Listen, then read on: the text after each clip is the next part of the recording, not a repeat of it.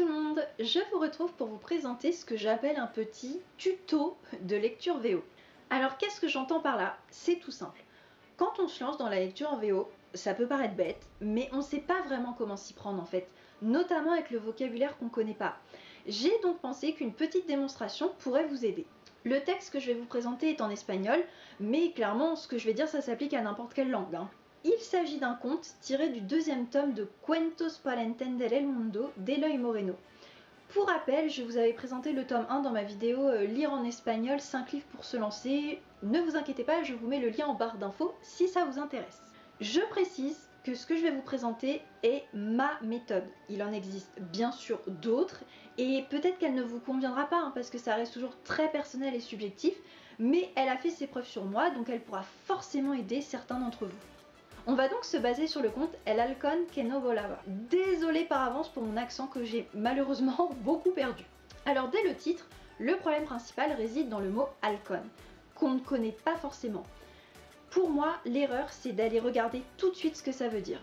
Je trouve que c'est vraiment important de ne chercher qu'à la fin parce que ça nous oblige à être aux aguets tout au long de la lecture pour trouver des indices qui pourraient nous aider à comprendre certains mots. Alors que si on va regarder tout de suite, il n'y a plus aucun effort de compréhension de notre part. L'idée c'est vraiment d'avancer lentement, pas à pas, de noter les mots inconnus et d'attendre la toute fin pour regarder dans le dictionnaire.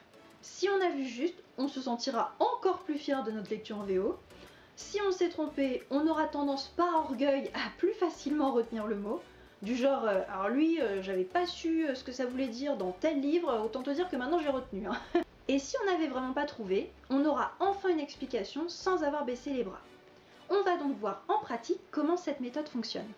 Un rey había comprado 5 de los mejores halcones de todo el país. El vendedor le había prometido que eran capaces de hacer increíbles piruetas en el aire e incluso de llevar mensajes de una ciudad a otra. Dès le premier paragraphe, on a finalement toutes les informations qu'il faut pour comprendre le mot halcón, puisqu'il s'agit de quelque chose capable de faire des pirouettes dans les airs, de voler et de porter des messages d'une ville à l'autre. Même si on ne connaît pas le verbe llevar, donc porter, là en l'occurrence, on en déduit le sens. Et à partir de là, on comprend qu'il s'agit d'un oiseau, et ça nous est confirmé juste après avec le mot aves, qui veut justement dire oiseau. Alors bien sûr, on ne sait pas de quel oiseau il s'agit, mais est-ce que c'est vraiment important pour suivre l'histoire? Pour le moment, non. On continue.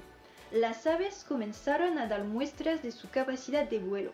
Cada vez volaban más alto, más rápido y de una forma más precisa, haciendo caso en todo momento a sus entrenadores.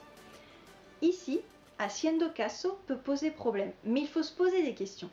Qu'est-ce qu'on me décrit? Eh bien du positif. Les oiseaux volent haut, sont rapides, précis. Qu'est-ce qu'ils font? Quelque chose par rapport à leur entraîneur. On se doute donc que c'est les écouter, les suivre ou leur obéir, quelque chose comme ça. Pero había un halcón que se negaba a volar. Permanecía parado en la misma rama desde el primer día. No había forma de moverlo. Negar, parado, rama et no había forma de peuvent être difficiles à comprendre. Alors on reprend. Les autres volent très bien, tout le monde en est content. Puis arrive un mais avec pero qui vient contrebalancer ce qui est dit. Un oiseau volé.